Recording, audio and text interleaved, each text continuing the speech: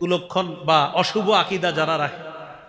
সূরা নামল 45 থেকে 47 নম্বর আয়াত, 19 নম্বর পারা, হাফিজি কোরআন মাজিদ অনুযায়ী 19 নম্বর পৃষ্ঠা থেকে শেষের দিকে শুরু, 20 নম্বর পৃষ্ঠায় গিয়ে শেষ।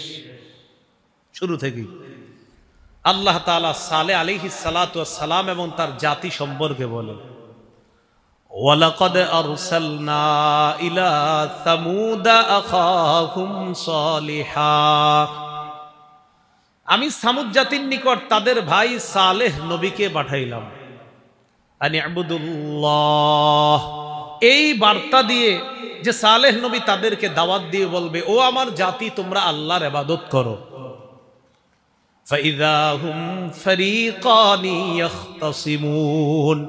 সালেহ নবী জাতিকে দাওয়াত দিলেন, জাতি তোমরা আল্লাহর ইবাদত করো। এই দাওয়াত দেওয়ার পর তাদের মাঝে দুটি দল হয়ে গেছে। ফাইযা হুম ফারীকান, তাদের দুটি দল, ইখতাসিমুন, ঝগড়া করা শুরু করে দিয়েছে। দুই দল ঝগড়া করছে, দ্বারা কি উদ্দেশ্য? এই ঝগড়ার কথাটা আবার সূরা আরফে আছে। সূরা আরফের 75-76 নম্বর আয়াতে ঝগড়ার কথাটা আছে। قال الملأ الذين استكبروا من قومه للذين استضعفوا لمن آمن منهم أتعلمون أن صالحا مرسل من ربه قالوا إنا بما أرسل به مؤمنون। সালেহ আলাইহিস সালাতু ওয়াস সালামের জাতির ব্যাপারে আল্লাহ বলতেছেন, সালেহ নবীর সম্প্রদায়ের যারা অহংকারী কাফের, তারা দুর্বল মানুষ যারা ঈমান এনেছে সালেহ নবীর উপর, তাদেরকে বলল, আতা'লামুনা আন্না সালিহাম মুরসালুম মির রাব্বি। তোমরা কি সালেহকে মনে করো? তোমরা কি সালেহের ব্যাপারে এই আকীদা রাখো?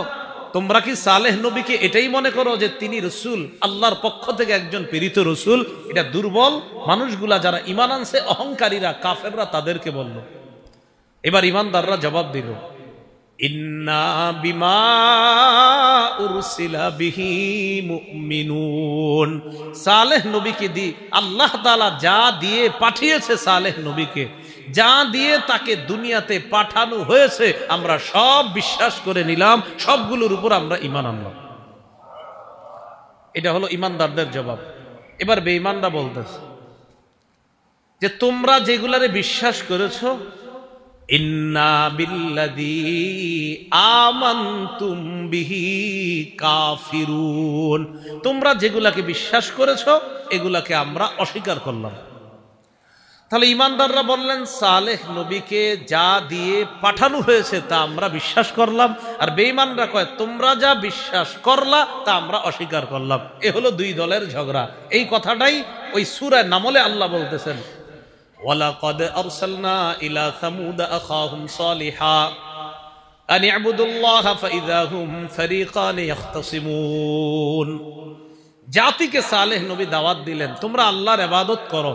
দুটি দল তারা ঝগড়া করতে লাগলো। ওই ঝগড়ার কথাটা আবার সূরা আরফে আল্লাহ বলেছেন যে অহংকারী দলটি ঈমানদার দলটিকে বলল, আচ্ছা সালেহকে কি তোমরা রসুল মনে করো?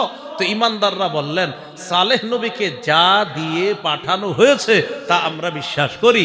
বেঈমানরা বলল, তোমরা যা বিশ্বাস করো আমরা তা অস্বীকার করি। এটা হলো ঝগড়া। এবার সালেহ নবী তার জাতির মধ্যে যারা কাফের তাদেরকে বলতেছে, قال يا قوم لما تستعجلون بالسيئة قبل الحسنة। ও আমার সম্প্রদায়, ঈমান আনার পূর্বেই তোমরা কেন গজব ত্বরান্বিত করো?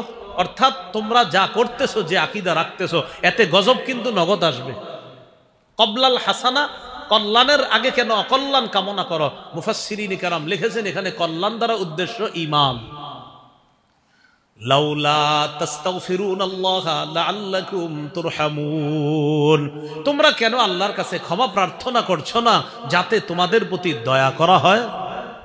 এই কথা বলার পর সালেহ নবীর জাতি এবার তাকে পাল্টা বলতেছে, ক্বালু তাইয়ারনা বিকা ওয়া বিমান মাআক। ও সালেহ নবী, তোমার দাওয়াত কি মানবো আমরা? তুমি এবং তোমার সাথে ঈমানদার যারা, তাদেরকে তো আমরা কুলক্ষণ মনে করি, অশুভ মনে করি। তুমি যে বলতেছো গজব আসবে আমাদের উপর, এই গজব যদি আসেও তোমার কারণে আসবে। সালেহ নবী বলতেছে তোমরা কেন গজব চাইতেছো? এখন জাতি জবাব দিতেছে, সালেহ ক্বালু তায়্যারনা বিকা ওয়া বিমা মা'আক, আমরা তোমাকে অশুভ মনে করি, কুলক্ষণ মনে করি। তুমি যে বলছো গজব আসবে, এই গজব আসার কারণ আমরা না, তোমার কারণে আর তোমার সাথে যারা ঈমান আনছে এদের কারণে আমাদের উপর গজব আসতে পারে। তুমি কুলক্ষণ, তোমার সাথে ঈমানদাররা কুলক্ষণ, অশুভ, এরা হলো সব কুফা, অপয়া, নাউজুবিল্লাহ। এই জাতি কুলক্ষণ এদেরকে মনে করো। বলছিলাম অশুভ আকীদা, কুলক্ষণ আকীদা রাখা অনেক আগে থেকে। এবার আরেকটা কুলক্ষণ বা অশুভ আকীদার শোনেন। মূসা নবী এবং তার সাথে ঈমানদার যারা, বিপরীত দিকে ফেরাউন এবং তার সাথে বেঈমান যারা। ফেরাউন এবং বেঈমান যারা, তারা যখন কোনো কল্যাণ দেখতো, দেখার পর বলতো এই কল্যাণের প্রাপ্য আমাদেরই, আমরাই এটার প্রাপ্য ছিলাম, তাই কল্যাণটা আমাদের কাছে আসছে। আর যখন কোনো বিপদ আসতো সাথে সাথে বলতো মূসার দোষ আর তার সাথে যারা আছে এদের দোষ। দেখি কোথায় আছে, সূরা আরাফ 131 নম্বর আয়াত, 9 পারা 5 নম্বর পৃষ্ঠা, হাফিজি কোরআন মাজিদ অনুযায়ী একদম শুরুতে আল্লাহ তাআলা বলে, ফাইযা জাআতহুমুল হাসানাতু ক্বালু লানা হাযি, যখন তাদের কাছে কোনো কল্যাণ আসতো তখন তারা বলতো এটার তো প্রাপ্য আমরাই, এটাই আমাদের প্রাপ্য ছিল। ফেরাউন আর বেঈমানরা কয় এটাই আমাদের প্রাপ্য ছিল, কল্যাণ নাকি হেগো প্রাপ্য ছিল।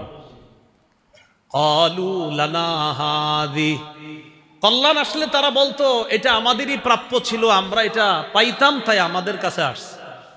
ওয়া ইন তুসিবহুম সাইয়্যাতুন ইয়াতায়্যারু বিমূসা ওয়া মান মা'আ, আর যদি কোনো অকল্যাণ তাদেরকে স্পর্শ করত, ইয়াতায়্যারু বিমূসা ওয়া মান মা'আ, তখন মূসা এবং তার সাথে ঈমানদারদেরকে তারা সাথে সাথে কুলক্ষণ বলে সাব্যস্ত করত, অশুভ বলে সাব্যস্ত করত, বলতো এই অপয়াদের কারণে আমাদের উপর গজব। কুলক্ষণের আকীদা এই ফেরাউনের জাতি তারাও রাখত, মূসা নবীর বিপরীতে বেঈমানরা রাখত। কুলক্ষণ আকীদা, অশুভ আকীদা রাখতে রাখতে নবীজির যুগে যে মুনাফিকরা উপর দিয়া বুঝাইতো আমরা মুসলমান, ভিতরে ভিতরে মুনাফিক, এরাও রাখত। এরা কিভাবে রাখত? মুসলমানদের যখন কোনো বিজয় হইতো তো মুনাফিক যারা সবার সামনে ইমানদার বেশ ধরে থাকতো, তারা বলতো হ্যাঁ ঠিক আছে, আমরা যোগ দিছি তো এই জন্য অবস্থা ভালো। আর যখন আপনার কোনো বিপদ আসতো, কথার কথা, মুসলমানরা তো কোনো কোনো জিহাদের মধ্যে কোনো মুসলমান শহীদ হয়েছে, কোনো মুসলমানরা জিহাদের মধ্যে দেখা গেছে প্রথমে জয় জয় অবস্থা, শেষের দিকে গিয়ে আবার পরাজয়। তো মুনাফিকরা বলতো এটার কারণ মুহাম্মদ সাল্লাল্লাহু আলাইহি ওয়াসাল্লাম। চিন্তা করছে নবীজিরে ডাইরেক্ট। অন্যরা তো আপনার বলতো যে নবী আর নবীর সাথে যারা আছে, মুনাফিকরা ইঙ্গিত করে ডাইরেক্ট বলতো এটার কারণ এই, এভাবে বলতো যে এটা এটা তার কারণে হয়েছে, নাউজুবিল্লাহ, এভাবে বলতো। এই কথাটা আল্লাহ সূরা নিসার 78 নম্বর আয়াতে জানিয়ে দিয়েছে। ওয়া ইন তুসিবহুম হাসানাতুন ইয়াকুলু হাযিহি মিন ইনদিল্লাহ, তাদের কাছে যখন কোনো কল্যাণ আসতো তখন তারা মুনাফিকরাও বলতো এটা আল্লাহর পক্ষ থেকে। কি সুন্দর কথা, কি বলতো? এটা আল্লাহর পক্ষ। ওয়া ইন তুসিবহুম সাইয়্যাতুন, আর যখন তাদের কাছে কোনো বিপদ আসতো, ইয়াকুলু হাযিহি মিন ইনদিক, তারা বলতো এটা আপনার পক্ষ থেকে, মুহাম্মদ সাল্লাল্লাহু আলাইহি ওয়াসাল্লাম, এটা আপনার পক্ষ থেকে। যখন কোনো কল্যাণ আসতো বলতো এটা আল্লাহর পক্ষ থেকে। আর যখন কোনো অকল্যাণ, তুসিবহুম সাইয়্যা, যখন তাদের কাছে কোনো বিপদ আসতো, ইয়াকুলু হাযিহি মিন ইনদিক, তখন তারা বলতো এটা আপনার পক্ষ থেকে। নবীজির পক্ষ থেকে নাকি এই বিপদ দুনিয়াতে আসছে, নাউজুবিল্লাহ। আগের জাতি তো একটু আপনার মোটামুটি ভাবে বলতো নবী এবং নবীর সাথে যারা আছে এইভাবে। মুনাফিকরা ডাইরেক্ট আমগো নবীরে দোষারোপ করতো, অকল্যাণের কারণ মুহাম্মদ সাল্লাল্লাহু আলাইহি ওয়াসাল্লাম। তা আল্লাহ বলে নবী আপনি জানায়া দেন, কুল কুল্লুম মিন ইনদিল্লাহ, সব আল্লাহর পক্ষ থেকে। সুবহানাল্লাহ, বলেন সব কার পক্ষ থেকে? আমার জীবনে ভালো না খারাপ হবে এটা জানে কে?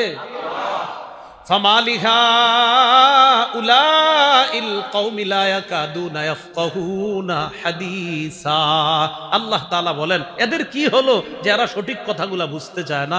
আল্লাহ তাআলা বলেন এই মুনাফিকদের হলোটা কি, এরা সঠিক কথা বুঝতে চায় না। নবী আপনি বলেন শুভ বিষয় হোক অশুভ বিষয় হোক, কল্যাণ হোক অকল্যাণ হোক, টোটাল বিষয়টা আল্লাহ জানে, কোনো মানুষ অকল্যাণের জন্য দায়ী না, এটা আপনি বলে দেন। এই হলো আপনার পূর্ববর্তী জাতি থেকে রাসূলুল্লাহ সাল্লাল্লাহু আলাইহি সাল্লাম পর্যন্ত কিছু মানুষের আকীদা যে অশুভ মনে করা, কুলক্ষণ মনে করা। সেই আকীদাগুলো এখনো অনেক মানুষ লালন করে, পালন করে, আর বিভিন্ন রসুম রেওয়াজ পালন করে, ওই কুসংস্কার এখনো ধরে রাখছে। এবার হাদিস থেকে আমরা জেনে নিই কুলক্ষণ বলতে কিছু আছে কিনা। সহিহ বুখারীর বর্ণনা 5754 নম্বর হাদিস। এই হাদিসের মধ্যে আছে قال رسول الله صلى الله عليه وسلم لا طيرة। রাসূলুল্লাহ সাল্লাল্লাহু আলাইহি সাল্লাম বলেন, অশুভ অকল্যাণ এই জাতীয় কোনো লক্ষণ বলতে কিছু নাই, কুলক্ষণ বলতে কিছু নাই, অশুভ লক্ষণ বলতে কিছু নাই, এটা নবীজি বললেন। ওয়া খায়রুহা আলফা, তবে ভালো আলামত গ্রহণ করা ভালো। নবীজি বলেন ভালো আলামত গ্রহণ করা ভালো। কয় ভালো আলামত কি জিনিস? সাহাবীরা প্রশ্ন করলেন। মাল ফালু ইয়া রাসূলুল্লাহ, এটা একটু মুখস্থ রাখলেন ভালো হবে আপনাদের। বলেন ফাল। ফাল, এই ফালুন জিনিসটা কি? সাহাবীরা প্রশ্ন করছে, হুজুর ফালুন কি? তো নবীজি বললেন আল কালিমাতুস সালিহাতু ইয়াসমাউহা আহাদুকুম।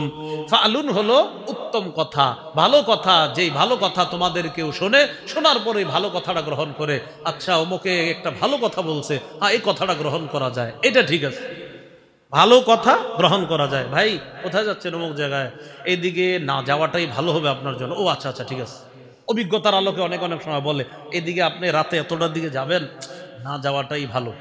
এটা আপনার গ্রহণ করা যায়, সেফটি, নিরাপত্তা। এখানে একটা মানুষের ভালো পরামর্শ গ্রহণ করা এটা দোষণীয় না। তাহলে ভালো কথা গ্রহণ করা যায়, কিন্তু কুলক্ষণ বা খারাপ কিছু এই জাতীয় বলা, কাউকে দায়ী করা, কোনো মাসকে কোনো দিনকে দায়ী করা, এটা সম্পূর্ণ অন্যায়। আল্লাহ আমাদের সকলকে এই কুসংচ্ছন্ন আকীদা থেকে বাঁচার তৌফিক দান করেন। সহিহ বুখারীর বর্ণনা 5753 নম্বর হাদিস। এই হাদিসের মধ্যে আছে قال رسول الله صلى الله عليه وسلم لا عدوى ولا طيرة। নবীজি বলেন সংক্রমণ বলতে কিছু নাই। নবীজি বলেন ছোঁয়াছে রোগ বলতে কিছু নাই, ছোঁয়াছে রোগ বলতে কিছু নাই। ওয়ালা তিয়ারাতা, অশুভ কুলক্ষণ বলতে কিছু নাই। ছোঁয়াছে রোগ বলতে কিছু নাই বলতে কি? ছোঁয়াছে রোগ বলতে কিছু নাই, এটার অনুবাদটা এইভাবে হবে, একটু আমার সাথে সবাই বলেন। বলেন সংক্রমণ। কোন রোগ নিজে নিজে সংক্রমিত হওয়ার ক্ষমতা রাখে না, তবে আল্লাহ যদি সংক্রমণ করে দেন সেটা ভিন্ন কথা। ছোঁয়াছে রোগ বলতে কিছু নাই, কোন রোগ নিজে আরেকজনের গায়ে যেতে পারবে না, আল্লাহ যদি নিয়ে যায় তাহলে যাবে। কোন রোগ ও কারো গায়ে যাওয়ার ক্ষমতা নাই। এই জন্য করোনার সময় আপনার নিরাপত্তা সবকিছু ঠিক আছে। এক স্বামী 1 মাস 2 মাস করোনা আক্রান্ত, স্ত্রী তার সেবা করতেছে, স্বামী মারা গেছে, স্ত্রী এখনো দুনিয়াতে বেঁচে আছে। আছে না? কত কত মহিলারা এরকম সেবা করছে। তাহলে সংক্রমণ হবে কিনা এটা রোগের ক্ষমতা না, এটা আল্লাহ জানেন। হ্যাঁ, ছোঁয়াছে রোগ বলতে কিছু নাই। ছোঁয়াছে বলতে কোনো রোগ নিজে আরেকজনের গা স্পর্শ করতে পারবে না, আরেকজনের গায়ে সংক্রমিত হওয়ার ক্ষমতা রোগের নাই। তবে কারো গায়ে গেলে আমাদের আকীদা হলো, ভাই ওর সাথে বসার কারণে এই রোগটা আমার হয়েছে, আমরা বলবো না ওর সাথে বসার কারণে তোমার হয়েছে এমনটা না, তুমি বসেছো ঠিক আছে, তোমার গায়ে ওইটা আল্লাহ নেওয়ার ব্যবস্থা করেছেন, এটা বলো তুমি। কোনো রোগ তোমার গায়ে নিজে নিজে আসতে পারে না, এই ক্ষমতা আল্লাহর। তোমার গায়ে এই রোগটা হবে না, না হবে জানে কে? এটা আমাদের আকীদা। এই জন্য নবী বললেন লা আদওয়া, ছোঁয়াছে বলতে কিছু নাই, মানে নিজে নিজে কোনো রোগ সংক্রমিত হওয়ার ক্ষমতা রাখে না।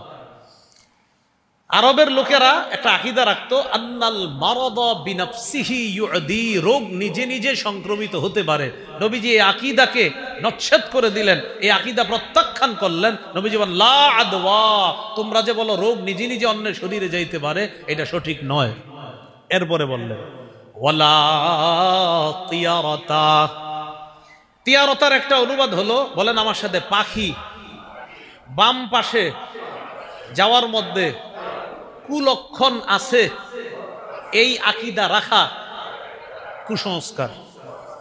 পাখি কোন দিক দিয়ে যায়? বাম দিক দিয়ে। আরবরা একটা আকীদা রাখতো কি, কানা আহলুল জাহিলিয়াতি ইদা খরাজু লিহাজাতিন মিন সফর আও তিজারা, তারা যখন সফরে বের হতো অথবা ব্যবসার উদ্দেশ্যে বের হতো, জাহিলি যুগের মানুষগুলা বের হওয়ার পর তারা দেখতো পাখির দিকে তাকাইতো। ইদা তারা আন ইয়ামিনিহি, পাখি যদি ডান পাশ দিয়ে উঠতো তাহলে তারা কি করতো? ইস্তাবশারু বিহি, সুসংবাদ গ্রহণ করতো। আচ্ছা, পাখি ডান পাশ দিয়ে উঠছে, তাহলে ভালো কিছু আছে, সফরে যেত। ওয়াইন তারা আন ইয়াসারিহি, যদি পাখি বাম পাশ দিয়ে উঠতো, তাশাআমু বিহি, তখন তারা অশুভ লক্ষণ মনে করে রাজাউ বিহি, সাথে সাথে সফর ক্যান্সেল, বাড়িতে ফিরে আসতো। নবীজি এসে বলে দিলেন লা তিয়ারতা, পাখি বাম পাশ দিয়ে যাওয়ার মধ্যে কোনো কুলক্ষণ নাই, এই আকীদা পোষণ করা যাবে না। এটাই হলো ওয়ালা তিয়ারতা, অশুভ লক্ষণ, কুলক্ষণ, পাখি বাম পাশ দিয়ে গেলে সফর খারাপ হবে, নাউজুবিল্লাহ, এই জাতীয় আকীদা রাখা যাবে না। এরপরে নবী বললেন ওয়াশউমু ফি সালাস, অকল্যাণ বলতে কিছু নাই, কোনো বস্তুতে অকল্যাণ নাই। অকল্যাণ যদি থাকতো তো তিন জিনিসের মধ্যে থাকতো। বলেন কয় জিনিস? কয় জিনিসের মধ্যে? এক নম্বর ফিল মারআ, নারীর মধ্যে। দুই নম্বর অদ্দার, বাড়ির মধ্যে। তিন নম্বর অদ্দাব্বা, গাড়ির মধ্যে। নারী, বাড়ি, গাড়ি, মানে দাব্বা মানে হলো প্রাণী আর কি, প্রাণী, যানবাহন, ওই যুগের যানবাহন। কুলক্ষণ বা অকল্যাণ বলতে কিছু নাই, যদি থাকতো তো তিন বস্তুর মধ্যে অকল্যাণ থাকতো। এক নাম্বার ফিল মারআ, নারী। নারী দ্বারা আবার কোন নারী উদ্দেশ্য? সামনে আবার আজকে ঘরে গিয়ে বলে ফেললেন না, কিন্তু আগে শোনেন পুরাটা। নারী দ্বারা উদ্দেশ্য হলো ওই নারী আল্লাতী লা তালিদু, যেই নারী সন্তান জন্ম দিতে পারে না। অতাকুনুল আসনা, যেই নারী সুভাষিনী নয়, অর্থাৎ কর্কশ ভাষী, ভাষা সুন্দর না। গয়রা সালিহা, যেই নারী সতী নয়, অসতী নারী। রাসূল বলেন অকল্যাণ যদি থাকতো তো এই নারীর মধ্যে অকল্যাণ থাকতো। যেই নারী অসতী, যেই নারী সন্তান জন্ম দিতে পারে না, এবং যেই নারী সুভাষিনী নয়, কর্কশ ভাষী, অকল্যাণ কোনো কিছুতে নাই, থাকলে এই নারীর মধ্যে থাকতো। দুই নাম্বার অদ্দার, বাড়ির মধ্যে। কোন বাড়ি?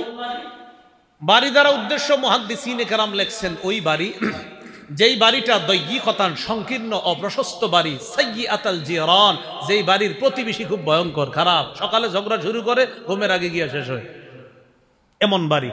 কয়েক অকল্যাণ নাই, থাকলে এই বাড়িতে থাকতো। যেই বাড়ি সংকীর্ণ, অপ্রশস্ত, প্রতিবেশী খারাপ। আর কি? আর হলো বাঈদ আনিল মসজিদ লা ইউসমাউ মিনহাল আযান, এত দূরে মসজিদ থেকে বাড়ি যেখান থেকে আজান শুনতে পাওয়া যায় না। কয় অকল্যাণ থাকলে এই বাড়িতে থাকতো। যেই বাড়ি মসজিদ থেকে এত দূরে, আজান শোনা যায় না, প্রতিবেশী খারাপ, অপ্রশস্ত, যদি অকল্যাণ থাকতো তো এই বাড়িতে থাকতো। তিন নাম্বার অদ্দাব বা প্রাণী। কয় কোন প্রাণী? এই প্রাণী দ্বারা উদ্দেশ্য মুহাদ্দিসিনে কেরাম লেখেন ওই প্রাণী যেই প্রাণীটা লা ইউগজা আলাইহা, যেই প্রাণীর উপর সওয়ার হয়ে জিহাদের ময়দানে যাওয়া যায় না, অকল্যাণ থাকলে এই প্রাণীতে থাকতো। তাহলে এক নাম্বার অসতী নারী, কর্কশ ভাষী, এবং যেই নারী সন্তান জন্ম দিতে পারে না, এবং যেই নারী অসতী, অকল্যাণ নাই কোনো কিছুর মধ্যে, থাকলে এর মধ্যে থাকতো। যেই বাড়ি অপ্রশস্ত, সংকীর্ণ, প্রতিবেশী খারাপ, মসজিদ থেকে এত দূরে যে আজান শোনা যায় না, অকল্যাণ থাকলে এই বাড়িতে থাকতো। এবং ওই প্রাণী যেই প্রাণীতে সওয়ার হয়ে জিহাদের ময়দানে যাওয়া যায় না, অকল্যাণ কোনো কিছুতে নাই, যদি থাকতো তো এই প্রাণীর মধ্যে থাকতো। ভাই বুঝে আসছিনি? তাহলে আজকে গিয়ে কিন্তু বলে ফেললেন না কাউরে যে অকল্যাণ তোমাদের মাঝে, এরকম না বলা, নাউজুবিল্লাহ। অকল্যাণ কিছুতে নাই, যদি থাকতো তো এই তিন শ্রেণীর মধ্যে থাকতো। এবার আরেকটা বর্ণনা শুনি, বলেন আমার সাথে, যে অশুভ লক্ষণ এই আকীদা রাখা শিরক। কি বললাম? অশুভ লক্ষণ এই আকীদা রাখা কি? হ্যাঁ, এই আকীদা রাখা শিরক, এই আকীদা রাখা যাবে না। আবু দাউদের বর্ণনা 3910 নম্বর হাদিস। قال رسول الله صلى الله عليه وسلم الطيرة شرك الطيرة شرك الطيرة شرك ثلاثة। রাসূলুল্লাহ সাল্লাল্লাহু আলাইহি সাল্লাম বলেন কোন বস্তুতে কুলক্ষণ তালাশ করা শিরিক, কোন বস্তুতে কুলক্ষণ তালাশ করা আকীদা রাখা শিরিক, কোন বস্তুতে কুলক্ষণ আছে, অশুভ আছে, এই আকীদা রাখা শিরিক। মুসনাদে আহমদের বর্ণনা 7045 নম্বর হাদিস।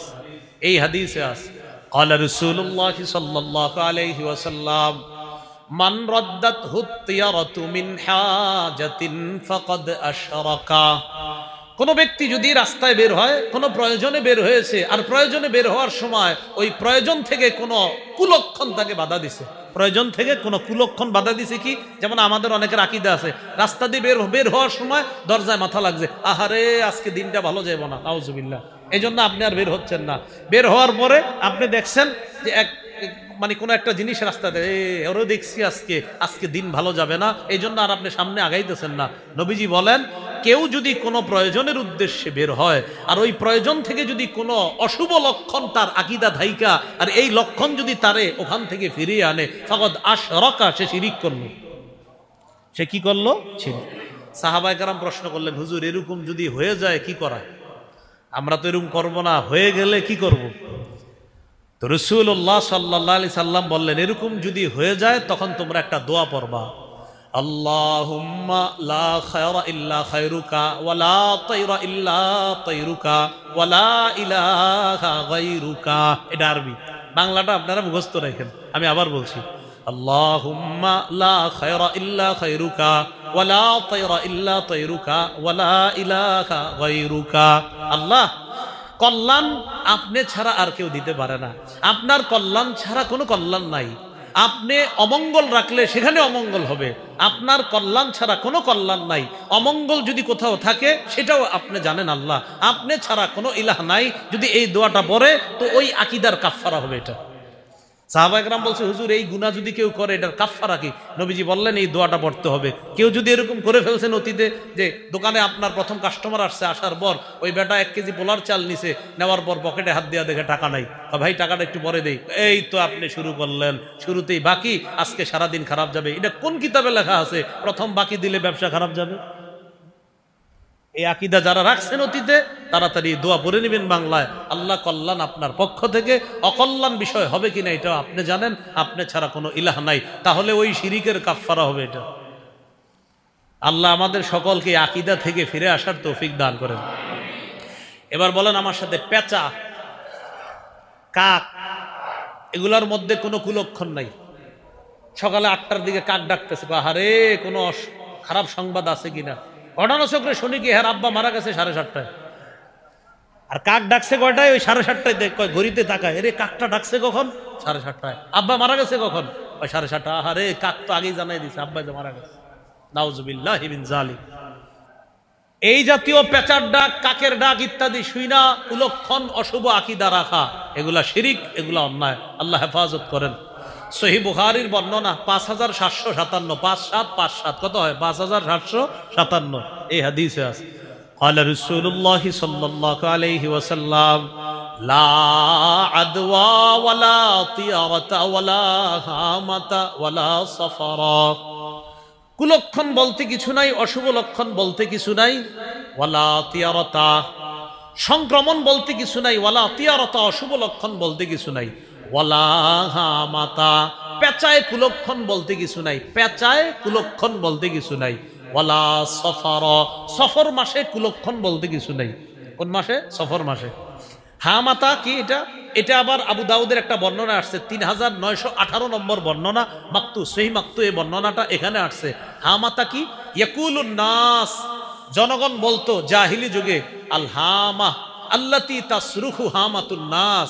কয় হামা বলা হয় কোন ব্যক্তি মৃত্যুবরণ করার পর তার আত্মা যে চিৎকার করে, ওই চিৎকারটা হলো হামা। নাউজুবিল্লাহ পড়েন। ওই চিৎকারকে তারা কি বলতো?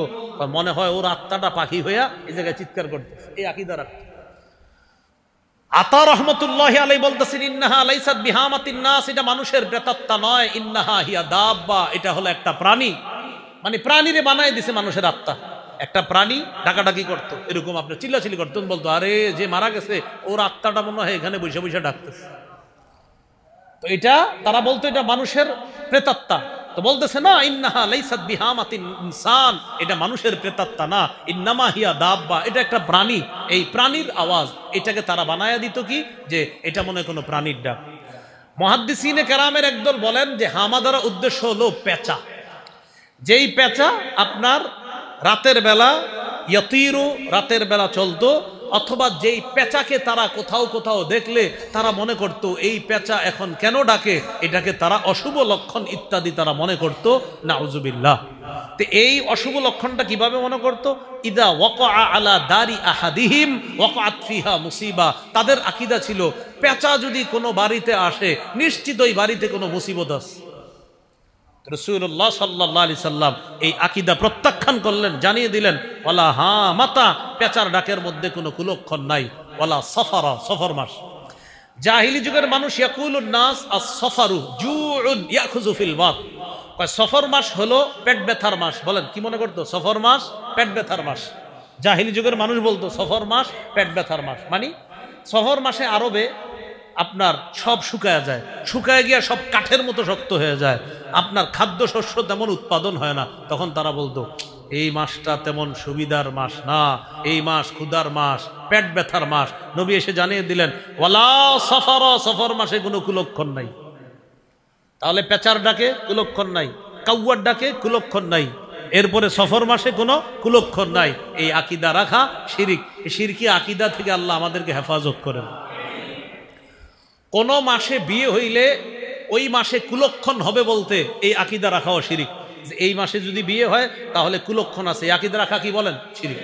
সহিহ মুসলিমের বর্ণনা 1423 নম্বর হাদিস। মাদ্রাসার পাঠ্যপুস্তক অনুসারে মোট হাদিস সংখ্যা হবে 3033টা, এই অনুযায়ী 1423 নম্বর হাদিস। এই হাদিসের মধ্যে আছে রাসূলুল্লাহ সাল্লাল্লাহু আলাইহি সাল্লামের স্ত্রী আম্মাজান আয়েশা সিদ্দিকা রাদিয়াল্লাহু তাআলা আনহা বলেন তাজাওয়াজানি রাসূলুল্লাহ সাল্লাল্লাহু আলাইহি ওয়াসাল্লাম ফি শাওয়াল। জাহিলি যুগের মানুষ শাওয়াল মাসে বিয়ে হওয়াটা, বিয়ে করাটাকে কুলক্ষণ মনে করত। আম্মাজান আয়েশা সিদ্দিকা তাদের এই জাতীয় কৃষ্টি কালচারের বিপরীতে বললেন তাজাওয়াজানি রাসূলুল্লাহ সাল্লাল্লাহু আলাইহি ওয়াসাল্লাম ফি শাওয়াল। তোমরা শাওয়াল মাসকে কি উল্টা পাল্টা বলো? নবী আমারে বিয়ে করছে শাওয়াল মাসে, নবীজি আমাকে বিয়ে করছে শাওয়াল মাসে, আর এরা কয় শাওয়াল মাসে নাকি বিয়ে করা কি ঝামেলা। ওয়া বানাবি ফি শাওয়াল, আমার বয়স যখন 6 তখন শাওয়াল মাসে আমার বিয়ে হয়েছে, আমার বয়স যখন 9 শাওয়াল মাসেই বিবাহ রাত্রি আমার যাপন হয়েছে, সেটাও শাওয়াল মাসে। শুধু তাই না, ওয়াকানাত তাস্তাহিব্বু আন তুদখিলা নিসাআহা ফি শাওয়াল। আম্মাজান আয়েশা সিদ্দিকা তার পরিবারের কোন নারীর বিয়ে হইলে ওই নারীকে তার বিবাহ রাত্রি উদযাপনের জন্য শাওয়াল মাসে স্বামীর ঘরে পাঠাইতেন। মানে মানুষের এই আকীদা, এটা রদ করা যায় যে মানুষ মনে করতো শাওয়াল মাসে বিয়ে, না জানি ওই সমস্যা এই সমস্যা। আম্মাজান কয় তোমরা কি কও, আমারে নবীজি বিয়ে করছে শাওয়াল মাসে, নবীর ঘরে আমারে উঠায় নিছে শাওয়াল মাসে, আর মানুষ কয় শাওয়াল মাসে নাকি ঝামেলা। আল্লাহ আমাদের সকলকে শিরকি আকীদা থেকে বেঁচে থাকার তৌফিক দান করুন। আরেকটা হলো ওই যে যাত্রা পথে কোনো ধরনের শিরকি আকীদা রাখা যাবে না। প্রথমে একটা জানছি আমরা একটু আগে, আমাদের যাত্রা পথে বা আমরা যখন কোনো বের হই, বের হওয়ার পর কোনো কিছুর অলক্ষণ কুলক্ষণ মনে করা, এটা শিরিক। এটার জন্য একটা দোয়া শিখছি। এবার আবু দাউদের একটা বর্ণনা জানবো আমরা, 3919 নম্বর হাদিস। এই হাদিসের মধ্যে আছে যুকিরাতিত তিয়ারাতু ইনদান নবী সাল্লাল্লাহু আলাইহি ওয়াসাল্লাম ফাকালা আহসানুহা আল ফাল। নবীর সামনে শুভ আর অশুভ লক্ষণ নিয়ে আলোচনা করা হলো। নবী বললেন দেখো, শুভ কথা, কল্যাণকর কথা গ্রহণ করা এটা ভালো। ওয়ালা তারুদ্দু মুসলিমা, কোন মুসলমান সফরে বের হওয়ার পর কোনো কিছুর অলক্ষণ মনে করা, কুলক্ষণ মনে করে তাকে এটা থেকে ফিরিয়ে দিতে পারে না কোনো মুসলমানকে। এবার নবীজি সাল্লাল্লাহু আলাইহি সাল্লাম একটা কথা বলছে, একটু বুঝেন। আগেরটা হলো আপনি কুলক্ষণ মনে করে ফেলছেন, এটা শিরিক। আর এটার বিপরীতে একটা দোয়া পড়তে হবে, আল্লাহ আপনার কল্যাণ ছাড়া কল্যাণ নাই, অমঙ্গল হবে কিনা এটা আপনি জানেন, আপনি ছাড়া কোনো ইলাহ নেই। এবার নবী নতুন একটা জিনিস শিখাইছে, সফরে বের হওয়ার পর, বলেন আমার সাথে, সফরে অথবা কোথাও বের হওয়ার পর বলেন, যদি কোনো অপছন্দনীয় বিষয় দেখতে পাই তখন এই দোয়া পড়া, হে আল্লাহ আপনি কল্যাণ নিয়ে আসেন, আপনি অকল্যাণ দূর করেন, আপনি ছাড়া কোনো শক্তি নাই। আপনি কোথাও বের হয়েছেন, বের হওয়ার পরে কোনো একটা বিষয় আপনার কাছে অপছন্দনীয় মনে হয়েছে, ওই অপছন্দনীয় মনে হওয়াটা যেন আবার আপনারে ফিরায় না দেয়, তখন আপনি বলবেন আল্লাহুম্মা লা ইয়াতি বিল হাসানাত ইল্লা আনতা ওয়া লা ইয়াদফাউস সাইয়্যাত ইল্লা আনতা ওয়া লা হাওলা ওয়া লা কুওয়াতান ইল্লা বিকা। আল্লাহ কল্যাণ আপনি নিয়ে আসেন, অকল্যাণ আপনি দূর করেন, আপনি ছাড়া কোনো শক্তি নাই, আপনি ছাড়া আমাকে কেউ ক্ষতি করতে পারবে এরকম শক্তি সাহস কারো নাই। আল্লাহ আমি আপনার উপর ভরসা করেই আমি আমার কাজে রওনা করলাম। তাহলে দুইটা বিষয়, একটা হলো কুলক্ষণ মনে করে ফেললে বলবো আল্লাহ কল্যাণ আপনার পক্ষ থেকে, অকল্যাণ হবে কিনা এটাও আপনি জানেন, আপনি ছাড়া কোনো ইলাহ নাই। আরেকটা হলো সফরে বা কোথাও বের হওয়ার পর অপছন্দনীয় কিছু যদি দেখতে পাই তখন বলা আল্লাহ কল্যাণ আপনি নিয়ে আসেন, অকল্যাণ আপনি দূর করেন, আপনি ছাড়া কোনো শক্তি নাই, পৃথিবীর কেউ আমার কোনো ক্ষতি করতে পারবে না, এই কথা বলা। তাহলে অশুভ লক্ষণ ইত্যাদি এই জাতীয় আকীদা রাখা শিরিক, এই আকীদা থেকে আমরা যেন বেঁচে থাকতে পারি, আল্লাহ তৌফিক দান করেন। রাসূলুল্লাহ সাল্লাল্লাহু আলাইহি সাল্লাম একবার একটা বর্ণনা বলার পর এক গ্রাম্য ব্যক্তি দাঁড়াইছে। আবু দাউদের বর্ণনা, 3911 নম্বর হাদিস। রাসূলুল্লাহ সাল্লাল্লাহু আলাইহি সাল্লাম বললেন, সংক্রমণ বলতে কিছু নাই, পেঁচার ডাকে কোনো কুলক্ষণ নাই, অশুভ লক্ষণ বলতে কিছু নাই। এগুলা বলার পর এক গ্রাম্য ব্যক্তি দাঁড়ায় বলে, ইয়া রাসূলুল্লাহ, আমি আপনার কাছে একটা বিষয় জানতে চাই। কি জানতে চাও? মা বালুল ইবিলি তাকুনু ফির রামাল। হুজুর, বালু ভয় মরুভূমির মধ্যে একটা ওট আছে, ওটের পাল আছে। মা বালুল ইবিল, ওট পালের কি হবে যা মরুভূমির মধ্যে আছে? হুজুর, দেখতে মনে হয় নাদুস নুদুস হরিণের মতো। আমার একটা ওটের পাল আছে, এই ওটের পাল যদি মরুভূমির মধ্যে থাকে, বালুর মধ্যে থাকে, যাদেরকে দেখতে হরিণের মতো নাদুস নুদুস মনে হয়, এমন সুন্দর ওট, ওই ওটের সাথেই খালিতুহা আরেকটা ওট মিলিত হয়েছে, আল বাইরুল আজরাব, একটা সংক্রমণগ্রস্ত একটা ওট, ছোঁয়াছে রোগাক্রান্ত একটা ওট তার সাথে মিলিত হয়েছে। আচ্ছা, তারপর? হুজুর, মিলিত হওয়ার পর আমার ভালো ওটের গায়ে ওই ছোঁয়াছে রোগ চলে আসছে।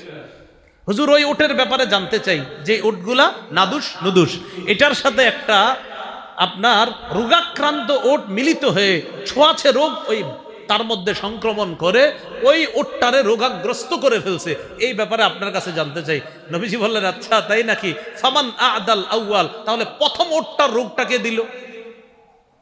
নবীজি বলতেছে, তুমি যে বললা ভালো ওটগুলারে আরেকটা রোগাক্রান্ত ওট আইসা অসুস্থ করে ফেলছে, প্রথম ওটটা অসুস্থ হইল কেমনে?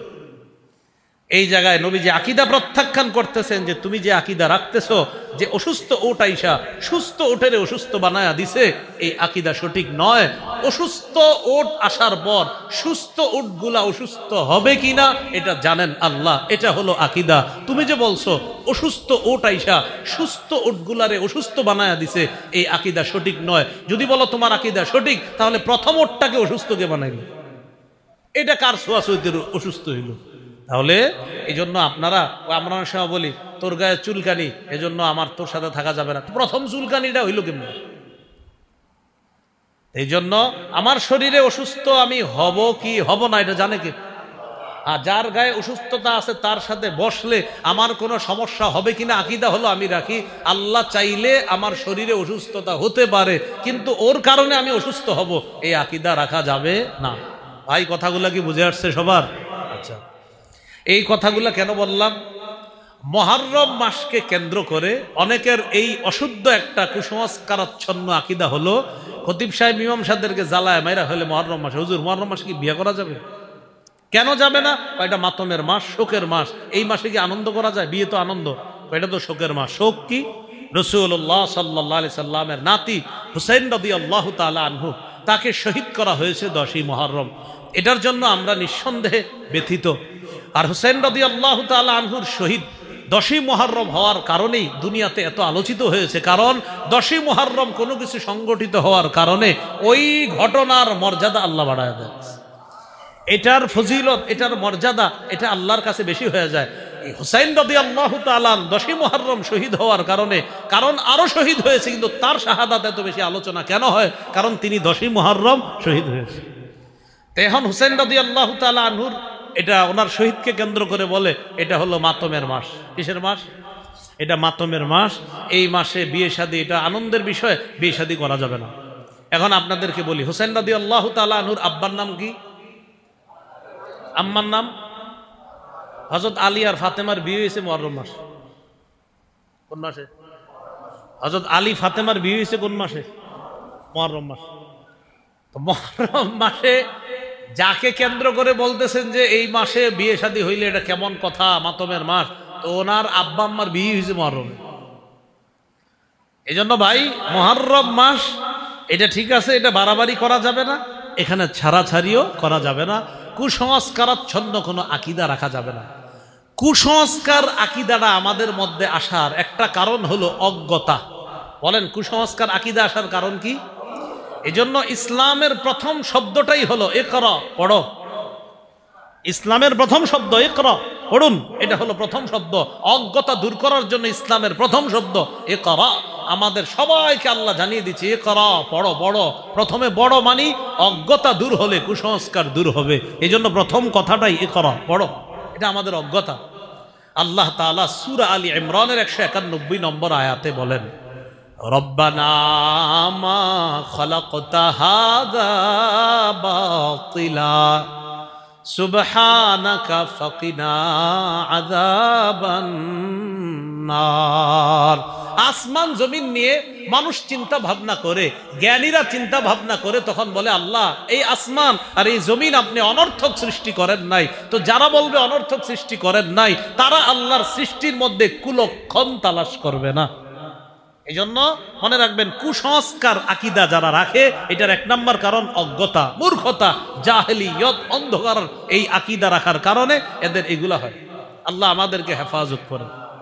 না হয় আপনি বুঝেন না, মাজারের সামনে একটা বাচ্চা বৈশা বলতেছে স্যার 10টা টাকা দেন, পেটে খিদা লাগছে। হ্যাঁ 10 টাকা দেয় না, মাজারে গিয়ে ওই মরা মানুষটারে 10,000 টাকা দিয়ে আসে। মরা মানুষের দিছে কত? 10,000।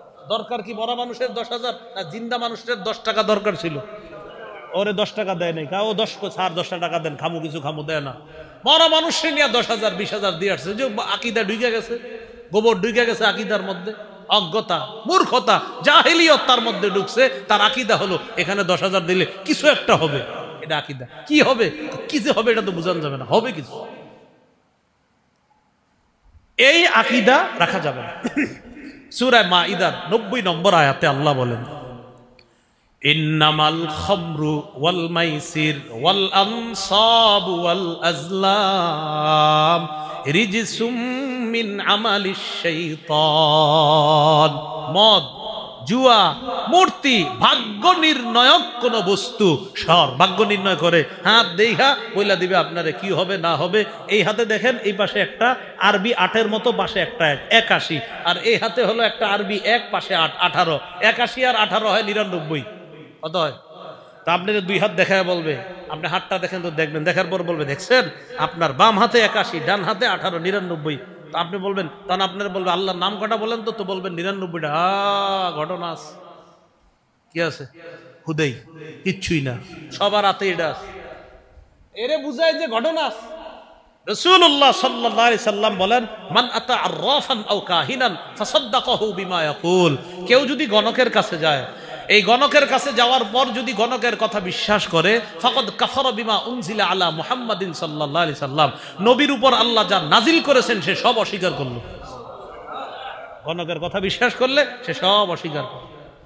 এই আকীদা রাখা যাবে না। তো আল্লাহ বলছেন, ইন্নামাল খামরু, মদ, ওয়াল মাইসির, জুয়া, ওয়াল আনসাব, এবং ভাগ্য নির্ণয়ক কোনো কিছু, ওয়াল আজলাম, ওয়াল আনসাব মূর্তি, ওয়াল আজলাম ভাগ্য নির্ণয়ক স্বর কোনো কিছু, তার ইত্যাদি, এগুলা রিজসুম মিন আমালিশ শায়তান, শয়তানের কাজ। ফাজতানিবু, এগুলা থেকে বিরত থাকো। শিক্ষা আমাকে কি শিখাইলো? অজ্ঞতা দূর কইরা শিক্ষা আমারে শিখাইতেছে কোরআন। শোনো, এই ভাগ্য নির্ণয়ক ইত্যাদি এগুলা বিশ্বাস করা, আর এগুলা থেকে তোমারে কিছু বলা আর এটা তুমি গ্রহণ করা, এগুলা শিরকি আকীদা, এগুলা অন্যায় আকীদা। তোমাকে কিছু বলবে যে আপনার জীবনে তো খারাপই আছে, এগুলা অন্যায় আকীদা, এই কথা বিশ্বাস করা যাবে না। আল্লাহ বলছে ফাজতানিবুহু, এগুলা থেকে বাঁচো।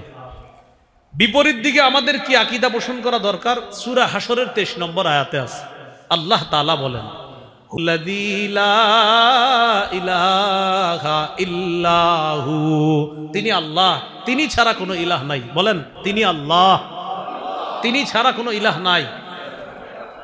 আল মালিক, তিনি বাদশাহ। আল কুদ্দুস, তিনি পুত পবিত্র। আসসালাম, তিনি ত্রুটি মুক্ত। আল মুমিন, আল মুমিনুল মুহাইমিন, তিনি নিরাপত্তা দানকারী। আল আজিজুল জব্বার, তিনি মহাপরাক্রমশালী, মহা ক্ষমতাধর। আল মুতাকাব্বির, বরত্বের মালিক তিনি, বরত্ব আল্লাহর চাদর। হ্যাঁ, বরত্বের মালিক কে? একমাত্র হ্যাঁ আল্লাহই বরত্বের মালিক, আর কারো বরত্ব করার অধিকার নাই, সব আল্লাহ। এই আকীদা রাখা, তাহলে পৃথিবীতে নিরাপত্তা দানকারী, আমার কিছু নিরাপদ হব কিনা, আমাকে শান্তি দিবে, এইগুলা সব আকীদা রাখি আমরা। আমার বাদশা, এইগুলা সব আকীদা রাখি আমরা যে সমস্ত বাদশার বাদশা আল্লাহ, তার কোনো ত্রুটি নাই, তিনি ত্রুটিমুক্ত, তিনি নিরাপত্তা দানকারী, এই আকীদা রাখা। তা আমার জীবনে ভালো, আমার জীবনে অকল্যাণ, কল্যাণ কিছু হবে কিনা, এগুলা পৃথিবীর মানুষ বলতে পারবে না। আমার জীবনে যা হবে কুল্লুম মিন ইনদিল্লাহ, আল্লাহ বলছে নবী আপনি বলে দেন সব আল্লাহর পক্ষ থেকে, তোমার জীবনে কিছু হবে কিনা এটা জানেন কে? আল্লাহ। তাহলে মুহররম মাসকে কেন্দ্র করে এই জাতীয় কুসংস্কার আকীদা আমরা রাখবো না, যে এই মাসে কি ওটা করব না ওটা করব, এগুলা রাখা যাবে না। সফর মাস এটা তো বললাম, শাওয়াল মাস এটাও আমাদের গেল, এই আকীদাগুলা থেকে আমরা বেঁচে থাকবো, বলেন ইনশাআল্লাহ। মুহররম মাসকে কেন্দ্র করে বলেন আমার সাথে, কবর কেন্দ্রিক কোনো বাড়াবাড়ি করব না, এটা সারা জীবনও করবেন না। কবর কেন্দ্রিক বাড়াবাড়ি সারা জীবন করবেন না। কবর কেন্দ্রিক বাড়াবাড়ি সেটা কি? সেটা আপনাদের রহিতপুর থেকে পশ্চিম দিকে যত যাবেন তত এরকম হতে পারে, হওয়ার কথা। কবর কেন্দ্রিক বাড়াবাড়ি, ওইদিকে যত যাবেন, পদ্মা যদি পার হন, পার হইলে আরো হতে পারে, এরকম পাইতে পারেন। কবর কেন্দ্রিক বাড়াবাড়ি এগুলা করা যাবে না। সহিহ বুখারীর বর্ণনা 427 নম্বর হাদিস, রাসূলুল্লাহ সাল্লাল্লাহু আলাইহি সাল্লামের বিবি আয়েশা সিদ্দিকা রাদিয়াল্লাহু তাআলা আনহার বর্ণনা। তিনি বলেন নবীর আর দুই বিবি ছিলেন, একজন হলেন উম্মে হাবিবা আর উম্মে সালামা। এই দুইজন যাকারাতা কানিসাতান রাআইনাহা ফিল বিল হাবাশা, তারা দুইজন একটা গির্জা দেখছে হাবশায়, হাবশায় একটা গির্জা দেখছে। ফিহা তাসাবির, ওই গির্জার মধ্যে কিছু ছবি আছে, মূর্তি আছে। এই ব্যাপারটা নবীর দুই বিবি নবীকে জানাইলেন, ইয়া রাসূলুল্লাহ, হাবশা একটা গির্জা দেখলাম, গির্জার মধ্যে ভালো ভালো মানুষের মূর্তি দেখলাম, ঘটনা কি? নবীজি বললেন, ইন্না উলাইকা ইযা কানা ফীহিমুর রাজুলুস সালিহ ফামাতা, এরা হলো এই সমস্ত মানুষ, তাদের মাঝে কোনো ভালো মানুষ মারা গেলে বানাউ আলা কবরিহি মসজিদা, তার কবরের উপর তারা একটা মসজিদ বানায়। নাউজুবিল্লাহ পড়েন। কবরের উপর একটা মসজিদ বানায়, বানানোর পর ওয়াসাওয়ারু ফীহি তিলকা সুওয়ার, ওই মসজিদের ভিতরে আবার নিচে যাদের কবর তাদের মূর্তি ভিতরে বসায় রাখে। নিচে হলো হযরতদের কবর, উপরে হযরতদের মূর্তি, আর এটা হলো মসজিদ। এরকম ওরা আর কি গির্জা বানায়, তো তাদের ইবাদতখানা। তো নবী বললেন, উলাইকা শিরারুল খালকি ইনদাল্লাহি ইয়াউমাল কিয়ামাহ, কিয়ামতের ময়দানে তারাই হবে আল্লাহর সবচেয়ে নিকৃষ্ট জীব। কিয়ামতের ময়দানে তারাই হবে আল্লাহর সবচাইতে নিকৃষ্ট জীব। সহিহ বুখারীর 435 নম্বর হাদিস, নবীজি ইন্তেকাল করবে, তাকান আমার দিকে, নবীজি ইন্তেকাল করবে, ইন্তেকাল করার সময় এইভাবে একটা কাপড় নবীজি তার মুখের উপরে দিছে এইভাবে। সহিহ বুখারীর 435 নম্বর হাদিস, লাম্মা নুজিলা বিরাসূলিল্লাহ সাল্লাল্লাহু আলাইহি সাল্লাম, নবী যখন ইন্তেকাল করবে, কানা ইয়াতরাহু খামিসাতান আলা ওয়াজহিহি, একটা কাপড় চেহারার উপর দিলেন নবী। ফাইযা তাম্মা, যখন প্রাণ বের হবে অবস্থা, এই প্রাণটা যাবে মানে নবী দুনিয়া থেকে বিদায় নেবে, কাশাফাহা আন ওয়াজহিহি, কাপড়টা চেহারা মুবারক থেকে সরাইলেন। সরানোর পর বললেন, লানাতুল্লাহি আলাল ইয়াহুদ ওয়ান নাসারা, ইহুদিদের উপর আল্লাহর অভিশাপ, খ্রিস্টানদের উপর আল্লাহর অভিশাপ।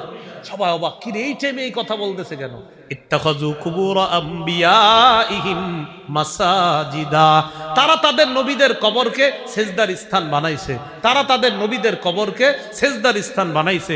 ইউহাজ্জিরু মা সানাউ, এটা উম্মতকে সতর্ক করতেছো, আমার উম্মত আমি কিন্তু ইন্তেকালের পরে এই জাতীয় কাজ কারবার করবা না। তো নবীজি বলতেছেন তারা তাদের নবীর কবরকে সেজদার স্থান বানিয়েছে। এটা কখন বলতেছে? প্রাণ যাবে যাবে অবস্থায় বলতেছে। ইহুদিদের উপর লানত, খ্রিস্টানদের উপর লানত, আল্লাহর অভিশাপ, তারা নবীদের কবরকে সেজদার স্থান বানাইছে। কবর কেন্দ্রিক মেলা বসানো যাবে না, বলেন কবর কেন্দ্রিক কি বসানো যাবে না?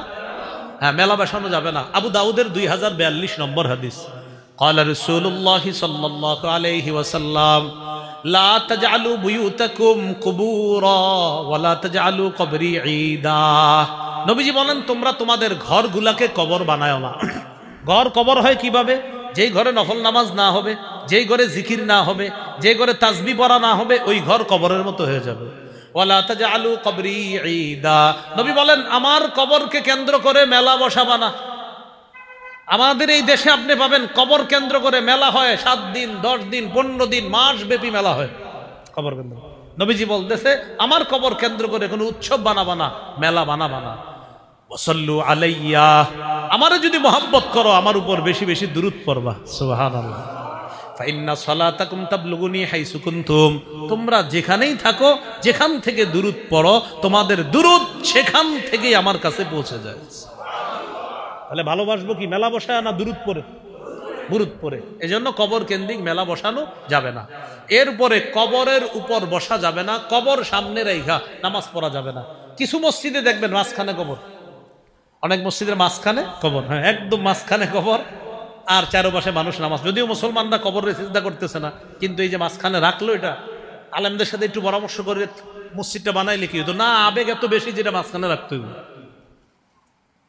আবু দাউদের বর্ণনা, রাসূলুল্লাহ সাল্লাল্লাহু আলাইহি সাল্লাম বলেন, আবু দাউদের 3229 নম্বর হাদিস, এই হাদিসে আসছে লা তাজলিসু আলাল কুবুর, তোমরা কবরের উপর বসবা না, ওয়ালা তুসাল্লু ইলাইহা, কবর সামনে রাইখা নামাজ পড়বা না। তোমরা কবরের উপর বসবা না, কবর সামনে রাইখা নামাজ পড়বা না।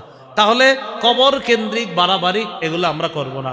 আমাদের দেশের মানুষ কি করে জানেন, হোসেন রাদিয়াল্লাহু তাআলা আনহু যেখানে আছে সেটা তো আর বাংলাদেশে নাই। এখন বাংলাদেশে কি করতে হবে, একটা কিছু বানাইতে হবে, বানানোর পর এখানে কলা রুটি আরো যা কিছু আছে ইত্যাদি, আবার জানি না আরো কি কি দেয়।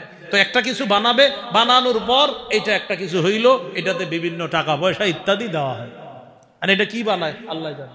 হ্যাঁ, একটা কিছু বানানো হবে, বানানোর পর এটাতে আপনার দান ইত্যাদি করা হচ্ছে।